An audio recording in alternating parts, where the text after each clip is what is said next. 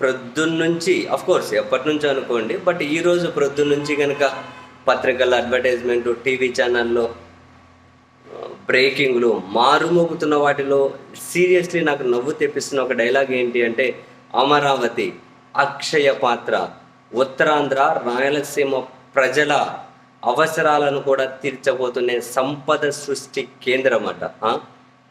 రాయలసీమ ఉత్తరాంధ్ర అవసరాలను కూడా ఈ సంపద సృష్టి కేంద్రం తీర్చబోతుందా?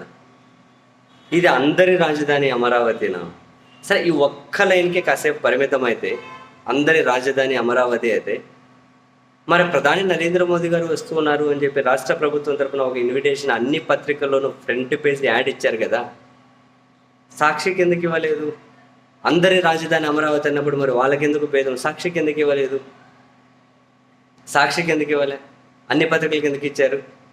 అంటే సాక్షి చదివే వాళ్ళ రాజధాని కాదు అమరావతి, మరి అందరి రాజధాని అమరావతి ఎందుకు అవుతుంది? వెరీ సింపుల్ ప్రశ్న, ఎందుకు ఇవ్వలే? అందరిది అన్నప్పుడు మరి ఆ పాఠకులకు మీరు ఎందుకు ఇన్విటేషన్ పంపించలేదు? మిగతావి ఇచ్చారో ఇవ్వలేదు? మీ ప్రభుత్వం చేసే మంచి పనులను ప్రచారం చేసుకునేది సాక్షికి ఇస్తారో ఎవరో అది మీ ఇష్టం. ప్రధాని గారు వస్తూ ఉన్నారు, అందరి రాజధాని అంటున్నారు, మరి వీళ్ళకెందుకు ఇవ్వలే? ఎట్లా అది అందరికీ సంపద సృష్టి ఈరోజు వేదికల మీద నుంచి చెప్పాలి. అక్కడ భూముల రేట్లు పెరిగితే, అక్కడ భూములు 4 కోట్ల రూపాయల డబ్బులు వస్తే, అది రాయలసీమలో ఏడో మారుమూల గ్రామంలో ఉన్న నాకు, నా కుటుంబానికి, మా ఊరికి ఏ విధంగా ఎట్లా ప్రయోజనం? ఆడ సంపద సృష్టి జరిగి మా ఊరి దగ్గరకు వచ్చేసరికి 3 తరాలు అయిపోతాయేమో. అప్పటి వరకు అక్కడ ఫుల్ డెవలప్ అయి చేస్తే అక్కడ వాళ్ళు మళ్ళీ వెళ్ళిపో అని చెప్పి మళ్ళీ అక్కడి నుంచి రాజధాని ఎప్పుడు అటు ఉత్తరాంధ్ర ఇటు రాయలసీమ మళ్ళీ తట్టాబుట్ట సర్దుకొని రావాల్సి ఉంటుందేమో.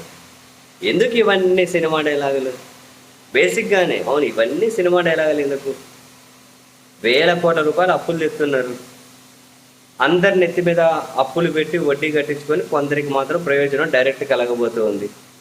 అందరికీ కలుగుతుంది లేదో 100 ఏళ్ళ తర్వాత చూడాలి. ఇప్పుడు మాత్రం వడ్డీ అయితే అందరితో తీరుతుంది కదా. మరి అందరి రాజధాని అని సాక్షికి అడ్వర్టైజ్మెంట్ ఇవ్వలేదు వీళ్ళు. సాక్షికి ఇవ్వలేదు అన్నది కాదు ప్రశ్న ఇక్కడ. అందరిది అన్నప్పుడు మరి కొన్ని పత్రికలకు ఎందుకు మీరు మినహాయింపునిచ్చారు?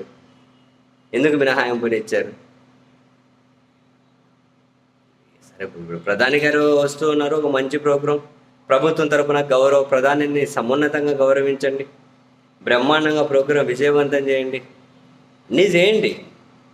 కానీ అమరావతిని వ్యతిరేకించే వాళ్ళను విధానపరంగా, కాన్సెప్ట్ పరంగా సాటిస్ఫై చేసే విధంగా ఒక్క పని కూడా ఒక్కరు కూడా వివరణించే ప్రయత్నం కూడా చేయలేదు. అమరావతిని వ్యతిరేకించే వాళ్ళు విద్రోహులు, ద్రోహులు అని చెప్పి ముద్ర వేయడం తప్ప